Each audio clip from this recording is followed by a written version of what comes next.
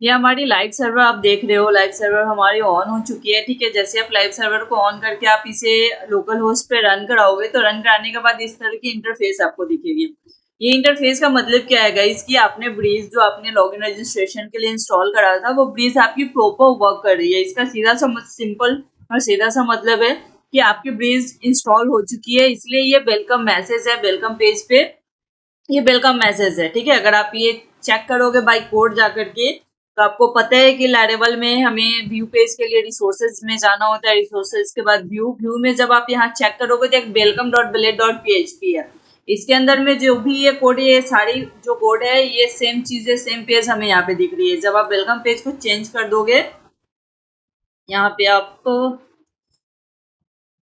कर दो HTML कुछ भी, जस्ट फॉर एग्जाम्पल मैं आपको समझाने की कोशिश कर रही हूँ।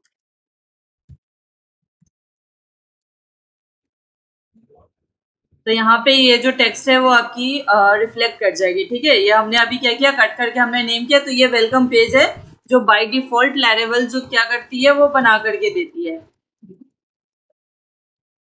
ठीक है, तो हमारी जो ये वेलकम पेज है गाइस, ये वेलकम गाइस जब हमारी लॉगिन एंड रजिस्ट्रेशन कंप्लीट होती है तो बाय डिफॉल्ट लैरेवल बना के देती है। ठीक है, ये कॉन्ग्रेचुलेशंस के लिए होते हैं। यहाँ पे जब आप देख रहे हो तो यहाँ पे एक लॉगिन और एक रजिस्ट्रेशन का बटन बना हुआ है। जब आप लॉगिन पे क्लिक करोगे, यहाँ पे लॉगिन का एक यूआई आपको बना हुआ मिलेगा। उसके बाद जब आप फॉरगेट पासवर्ड पे करोगे तो फॉरगेट पासवर्ड पे भी आपका ये जो पैटर्न है वो आपका बना हुआ डिजाइन मिलेगा। उसके बाद जब आप रजिस्ट्रेशन पे क्लिक करोगे तो रजिस्ट्रेशन पे भी आपका एक रजिस्ट्रेशन फॉर्म यहाँ पे बना हुआ मिलेगा। ठीक है guys, now big congratulations to you.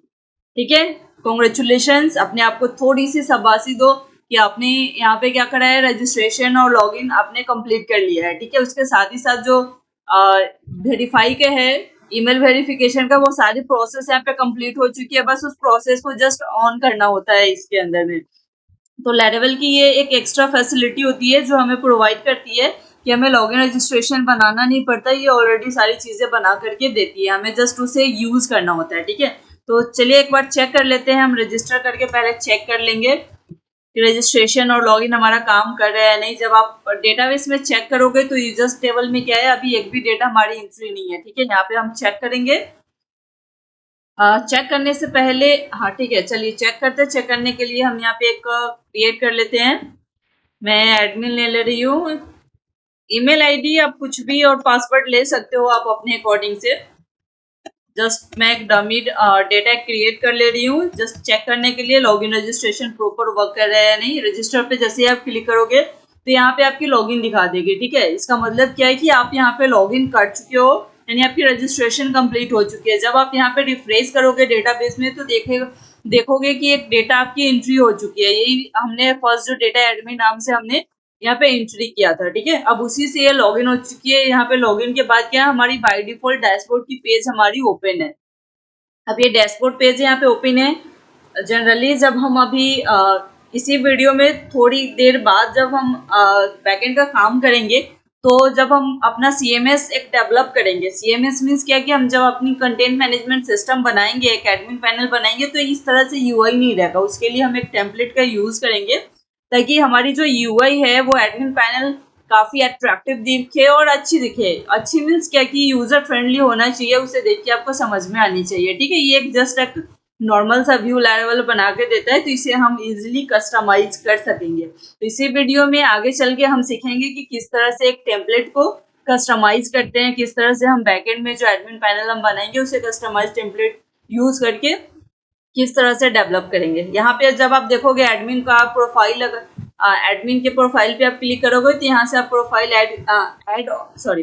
Update करने का आपको ऑप्शंस मिलेगा, जहाँ से आप नेम और ईमेल आईडी अपडेट कर पाओगे। फिर अपडेट पासवर्ड है, अपडेट पासवर्ड भी आप यहाँ से अपडेट कर पाओगे। लॉग आउट करना है, जैसे आप लॉग आउट पे क्लिक करोगे तो यहाँ से आपकी क्या है, लॉग आउट हो जाएगी। ठीक है, तो यहाँ पे जो सबसे फर्स्ट वर्क करना है ना गाइस कि हमें जब भी हमारा पेज फर्स्ट जो डोमेन है वो अगर हमारा हिट करे तो हमारी या तो होम पेज आनी चाहिए या फिर लॉगिन की। अगर एडमिन पैनल कर रहे हैं तो हमारी लॉगिन की पेज आनी चाहिए, वेलकम पेज तो ये चाहिए नहीं। अगर आप वेबसाइट ओपन कर रहे हो तो वेबसाइट में क्या होता है, आपकी वेबसाइट आनी चाहिए।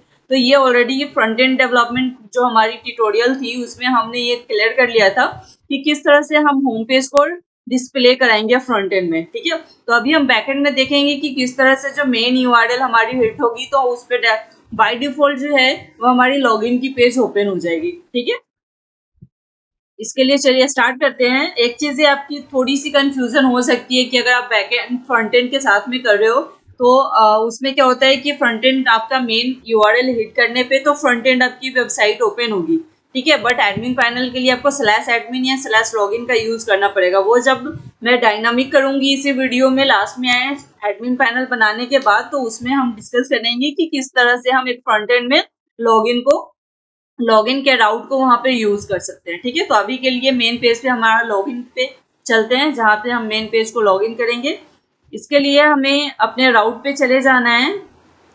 राउट पे जाने के बाद आप web.php आपको दिखेगी। इसमें आप यहाँ देख रहे हो कि बाय डिफॉल्ट जो हमारी यूआरएल सेट है, ये बाय डिफॉल्ट हमारी यूआरएल सेट क्या है, तो यहाँ पे हमारी स्लैश दी हुई है, जो स्लैश यूआरएल हमारी काउंट हो रही है और इस पे हम वेलकम पेज को गेट कर रहे हैं, ठीक है। तो यहाँ हमें वेलकम पेज ना करके हमें यहाँ पे यूज, अगर आप नॉर्मल रिटर्न व्यू करा रहे हो, ठीक है, तो व्यू में आपको ज़्यादा कुछ नहीं है, जस्ट ऑथ करना है। ऑथ के बाद आपको यहाँ पे लॉगिन कर देना है। जैसे ही आप करोगे, आप ये समझना है कि ऑथ लॉगिन आया कहाँ से, ठीक है।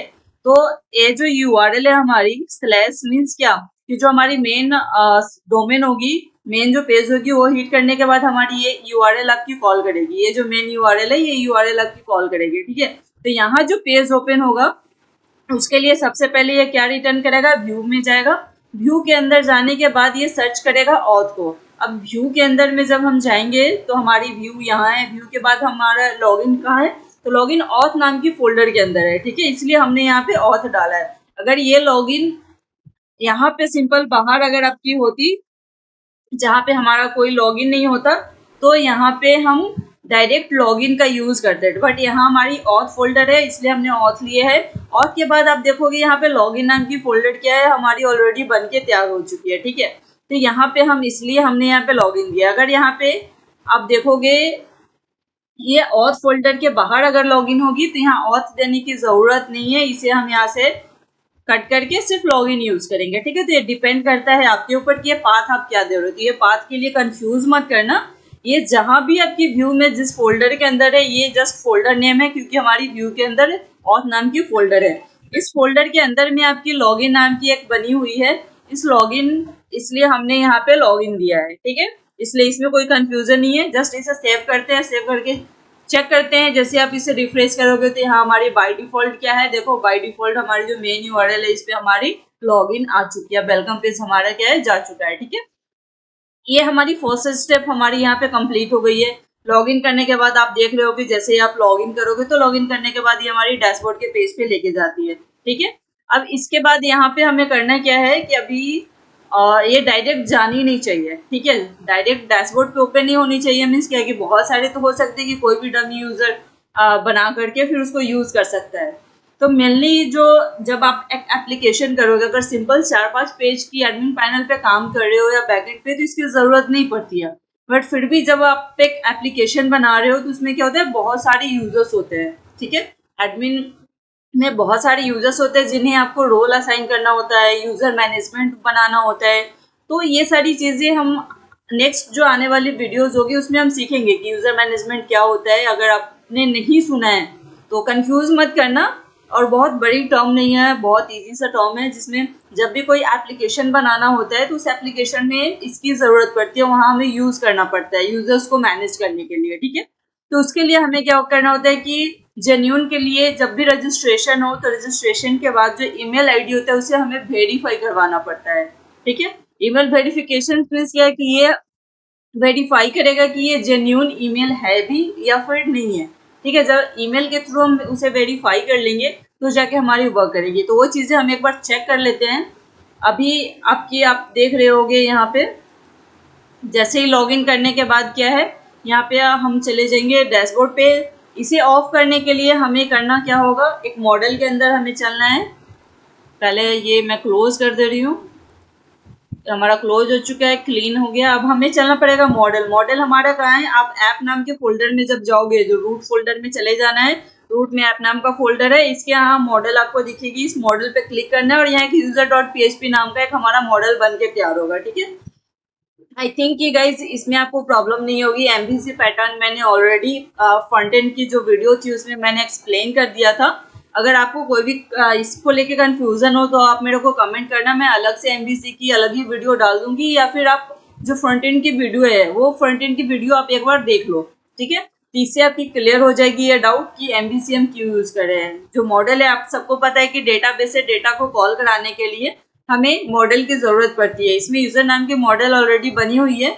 इसमें जब आप आओगे तो यहाँ पे एक दिख रहा है आपको कमेंट किया हुआ, इस कमेंट को जस्ट हमें अनकमेंट कर देना है। अनकमेंट क्या है, मस्ट वेरीफाई ईमेल, और यहाँ जैसे ऑथेंटिकेबल है यहाँ पे आपको यूज करना है इम्प्लीमेंट्स, उसके बाद मस्ट वेरीफाई ईमेल का आपको यूज करना है। इम्प्लीमेंट्स मस्ट वेरीफाई जस्ट इतना छोटा सा है। ये करने के बाद जैसे ही आप यहाँ पे इसे रिफ्रेश करोगे और रिफ्रेश करके लॉगिन करोगे तो अभी देखना ये लॉगिन नहीं होगा। ठीक है, ये आपसे वेरिफिकेशन के लिए बोलेगा। जैसे क्या है, थैंक्स फॉर साइनिंग अप। आपको क्या है कि आपको डैशबोर्ड पे जाने से पहले आपको मेल वेरिफिकेशन करना पड़ेगा। अगर आप मेल के थ्रू जो आपने मेल आईडी दिया है, जैसे हमने यहाँ पे मेल क्या दिया है, admin@gmail.com, ये तो सही मेल आईडी है नहीं, जस्ट मैंने एक डमी डाल दिया है। तो इस केस में क्या होगा कि हमारी वेरिफिकेशन नहीं हो पाएगी, और जैसे ये वेरिफिकेशन नहीं होगी तो हम नेक्स्ट प्रोसेस ही नहीं कर पाएंगे। नेक्स्ट प्रोसेस मीन्स क्या, ना डैशबोर्ड पे जा पाएंगे ना ही हमारी लॉगिन हो पाएगी जब तक कि हम मेल वेरिफिकेशन ना करें। तो इस सिक्योरिटी के लिए हम यहाँ पे मेल वेरिफिकेशन का यूज करते हैं। तो ये तो हमारा फर्स्ट स्टेप हुआ कि आप यूज कर रहे हो। अगर ब्रीज यूज कर रहे हो तो यहाँ पे मॉडल के अंदर में मस्ट वेरीफाई यूज करने पे ये आपकी ऑन हो जाएगी। इसके बाद मेल जाने के लिए भी तो आपको एक चाहिए होगा ईमेल आईडी, या फिर कोई भी सर्वर की ईमेल आईडी जिससे आपकी मेल जा सके। तो इसके लिए जो नेक्स्ट और इम्पोर्टेंट स्टेप है उसके लिए आपको आप जाना पड़ेगा .env फाइल में। यहाँ जो .env फाइल है, ये .env फाइल को ओपन कर लेना है। ओपन करने के बाद यहाँ पे आपको दिखेगी मेलर होस्ट करके। ये जो मेल आपको दिख रही है ये मेल आपको जनरली यूज करना है। ठीक है, तो ये हर एक सर्वर की अलग अलग होती है। जैसे आपको जीमेल आईडी यूज कर रहे हो तो जीमेल आईडी की मेल होस्ट अलग होगी, उसकी पोर्ट अलग होगी, उसकी यूजर नेम पासवर्ड अलग होगी, इंक्रिप्शन अलग होगा। ठीक है, ईमेल एड्रेस तो जो ईमेल एड्रेस आपकी होगी वो आपको यूज करना है। अगर आप कोई अदर सर्वर यूज करते हो जैसे जूम मेल हो गया या फिर कोई सी पैनल सर्वर का यूज करते हो तो वो सबकी अलग होती है। यानी ये डिटेल्स आपको यहाँ पे देनी है जिस भी सर्वर को आप यूज कर रहे हो ईमेल को सेंड करने के लिए। ठीक है, जिससे ईमेल को भेजने के लिए आपको जो भी सर्वर यूज कर रहे हो वो यहाँ पे आप यूज कर सकते हो। मैं अभी जो इस वीडियो में आपको बताऊंगी वो ईमेल आईडी की बताऊंगी कि आप जीमेल आईडी कैसे यूज कर सकते हो। ठीक है, तो जीमेल आईडी के लिए फ्री में है, कोई चार्जेबल भी नहीं है, आप इजीली इसको यूज कर पाओगे। तो इसका फर्स्ट स्टेप के लिए आपको करना है क्या है, अपनी जीमेल आईडी लॉगिन कर लेनी है। जिस जीमेल आईडी से आप वेरिफिकेशन का मैसेज भेजना चाहते हो वो जीमेल आईडी आपके सिस्टम में लॉगिन होनी चाहिए, जिससे कि किसी के भी रजिस्ट्रेशन पे हो एक ईमेल आईडी भेजते हैं। अभी जस्ट हम टेस्टिंग और लर्निंग पर्पज से हम जीमेल यूज कर रहे हैं, बट जैसे ही आप एक प्रोफेशनल वर्क करोगे या फिर किसी क्लाइंट के लिए अगर आप प्रोजेक्ट कर रहे हो तो उसके लिए जेन्यून ईमेल आईडी डालनी होती है। जैसे किसी सर्वर का है तो सर्वर की यूज करनी पड़ती है। ठीक है, मैं आपको जीमेल की स्टेप बाय स्टेप करके बता रही हूँ। वहां से आपकी मैं जो अभी जीमेल से यहाँ गेट करूंगी यूजर नेम पासवर्ड, जो ये जो डिटेल्स है ये डिटेल्स मैं अभी जीमेल से लूंगी, बट जब आप सर्वर आपके पास होगा तो वो सर्वर से आपको इजीली मिल जाएगी। ठीक है, उसके लिए आपको इतनी मेहनत करनी नहीं पड़ेगी, वो वहां से आपको मिल जाएगी। जस्ट आपको यहाँ पे पुट कर देना होगा। तो आपको यहाँ पे जीमेल अपना लॉगिन कर लेना है। जल्दी से आप अपना लॉगिन करो, तब तक मैं भी अपना लॉगिन करके कंप्लीट कर रही हूँ।